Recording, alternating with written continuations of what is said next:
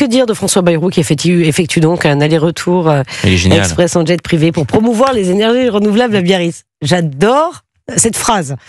Aller-retour en jet privé pour promouvoir les énergies renouvelables. Falcon, une polémique de plus. Non mais, pardon ? En Falcon, du coup. Oui. En Falcon de la République. Oui. Bon, après, je veux pas défendre François Bayrou. Oui. Mais il a un agenda évidemment très chargé. C'est le Premier ministre de la France.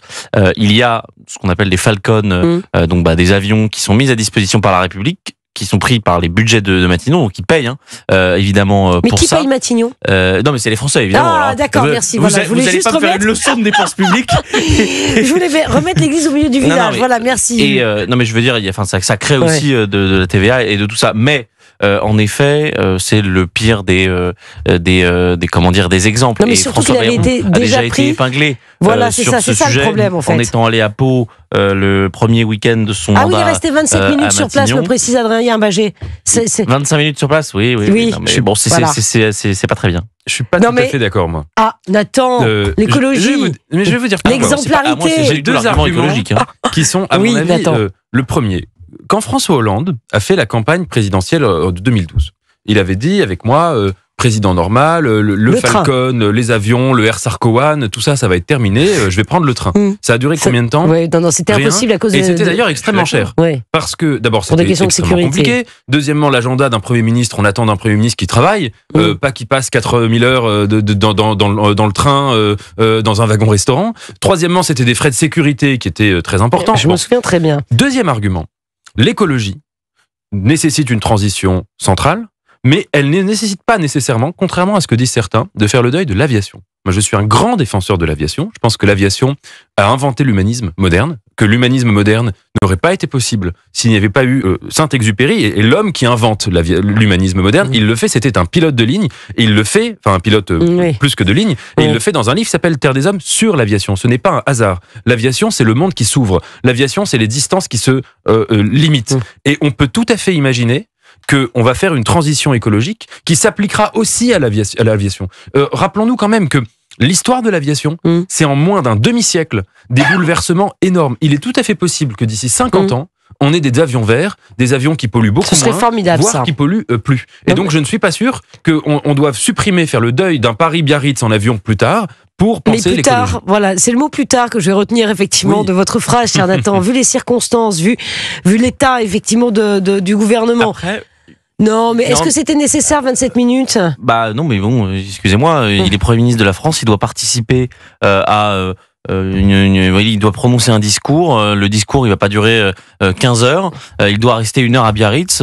Il a un agenda très chargé. Pour le coup, on peut pas lui faire le reproche de se déplacer en France et de faire des discours là où il est attendu. On aurait pu lui faire le reproche si c'était un père la morale. François Bayrou, s'il nous disait en permanence qu'on devait arrêter de prendre l'avion, que les gens devaient arrêter de voyager et qu'il était dans une écologie punitive. Je suis pas tout à fait sûr que ce soit ce profil-là. Alors que ça puisse choquer, je veux bien l'entendre.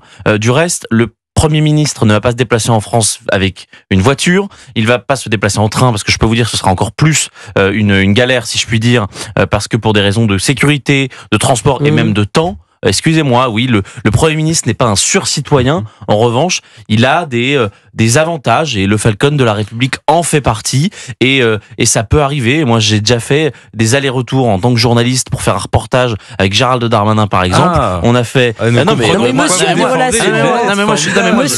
a gardé l'adresse. Mais je vous le dis. Par exemple, sur l'affaire des prisons à Toulon. Quand une prison, vous savez, avait été criblée de balles, Gérald Darmanin a décidé de faire le déplacement dans la journée. Il est resté 3 heures sur place. C'était pas pardon, c'était urgent. C'était quand même une situation d'urgence. Mais la géothermie, c'est très important. Oui, et à d'autres. Je lance une invitation à Jules Torres. Vous avez compris que je suis passionné d'aviation. La prochaine fois que vous êtes invité dans un Falcon, je ne partage pas. Vous me. Mais voilà. Vous m'appelez, vous appelez Nathan. J'entends bien que ce sujet puisse susciter un certain nombre. Quel égoïsme. Mais quel égoïsme. Alors que je lui ai donné un verre d'eau tout à l'heure. C'est vrai qu'il m'a gentiment donné un verre d'eau. Je vous l'ai proposé avant. Franchement, Jules Torres, ce n'est pas à votre honneur. Bon, voilà. Le Premier ministre va pas se déplacer en Vélib. Et d'ailleurs, François Hollande lui-même, le soir de son élection, C'est vrai. il était à Tulle, il a pris un avion pour aller à Paris. Ouais. Le soir même de son élection. Donc Ouais, c'est voilà, la il était preuve, président de la République, il y avait parapluie. urgence là aussi. C'est le seul Mais est-ce que moyen vous pour se comprenez déplacer. bien la différence entre effectivement une prison criblée de balles, entre François Hollande qui vient d'être élu président, Oui, mais et qui- un discours sur quoi, la géothermie ou Qui fixe la les limite énergies C'est Pascal de renouvelables? la Tour du Pin. Mais pas du tout, mais enfin, voyez bien, arrêtez. Là, vous êtes de mauvaise foi. Mais qui fixe la limite? honte sur vous. Mais moi, je veux bien que vous preniez Honte beaucoup sur plus vous. de pouvoir dans ce monde. Je ne prends pas de pouvoir. Mais Vous voyez bien la différence. Mais vous voyez que les discours de François Bayrou, ils Oui. ont ce pouvoir de changer le monde Ouais, quand même. c'est sûrement, Il y a ça une doit être ça. rhétorique, il y a une éloquence, donc ce sont des discours qui restent dans l'histoire. Il aurait dû y aller comment, Donc cher on Pascal? comprend qu'ils prennent un jet privé pour pouvoir Mais les bien faire. sûr. il aurait dû y aller comment, Oui. cher Pascal? Mais je ne sais pas, il aurait pu faire une visio, faire autre chose. Je sais pas, il y a. Voilà. Bah, je on sais lui aurait pas, moi. reproché la même Bien chose. On lui sûr. aurait Non, dit non, je vous jure. c'est un Je vous Premier ministre jure. complètement déconnecté, Non, qui non, s'en non. fout de la géothermie, qui s'en fout de Non. l'écologie. Il y a un vol on aurait Paris fait. Biarritz, on en aurait en jamais avion, entendu quotidien. parler. Ça c'est vrai.